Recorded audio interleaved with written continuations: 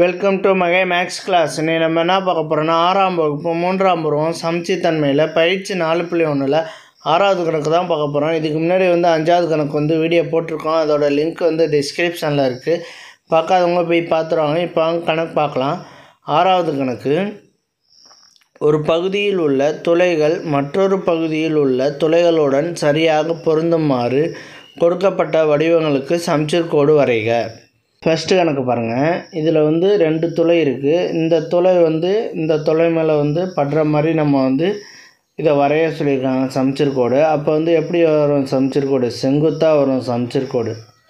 ஓகேவா? செங்குத்தாக வந்துச்சுன்னா ரைட்லேருந்து லெஃப்ட் மடக்கும்போது இந்த துளை இதில் போய் படியும். ஓகே, ஃபஸ்ட்டு கணக்கு முடிஞ்சிச்சு. அடுத்த 2வது கணக்கு பாருங்கள். அதே மாதிரி தான் இந்த சதுரத்துலேயே 2 துளை இருக்குது. இது இந்த துளை இது மேலே படுற மாதிரி இருக்கணும் அப்படிங்கிறாங்க. அப்போ நம்ம கிராஸாக வரும். இந்த கோடு இந்த கிராஸில் வந்துச்சுன்னா மேலேருந்து கீழே மடிக்கும் போது அந்த துளை அதில் பொருந்தும். ஓகேவா?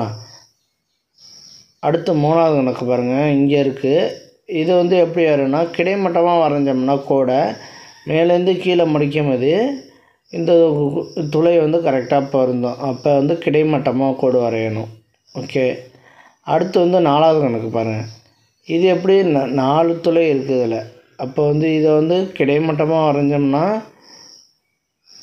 செங்குத்தாக வரைஞ்சால் படாது, தனித்தனியாக இருக்கும். ஆனால் கிடைமட்டமாக வரைஞ்சோம்னா வச்சுக்க 2 துளையிலையும் அந்த 2 துளை பொருந்தும். ஓகேவா? அடுத்து பாருங்கள், ஒரு சர்க்கிளில் கொடுத்துருக்காங்க. அடுத்து வட்டத்தில் கொடுத்துருக்காங்க 4 துளை. அந்த 4 துளையும் சரியாக படுற மாதிரி இந்த கிராஸில் வரையணும். இந்த கிராஸில் வரைஞ்சோம்னா மேலே உள்ள துளை கீழே அழகாக பொருந்திரும். ஓகேவா? அவ்வளோதான் அந்த கணக்கு. நெக்ஸ்ட் வீடியோவில் பார்க்கலாம். வீடியோ பிடிச்சிருந்தா லைக் பண்ணுங்கள், கமெண்ட் பண்ணுங்கள், ஷேர் பண்ணுங்கள், சப்ஸ்கிரைப் பண்ணுங்கள். அந்த பெல்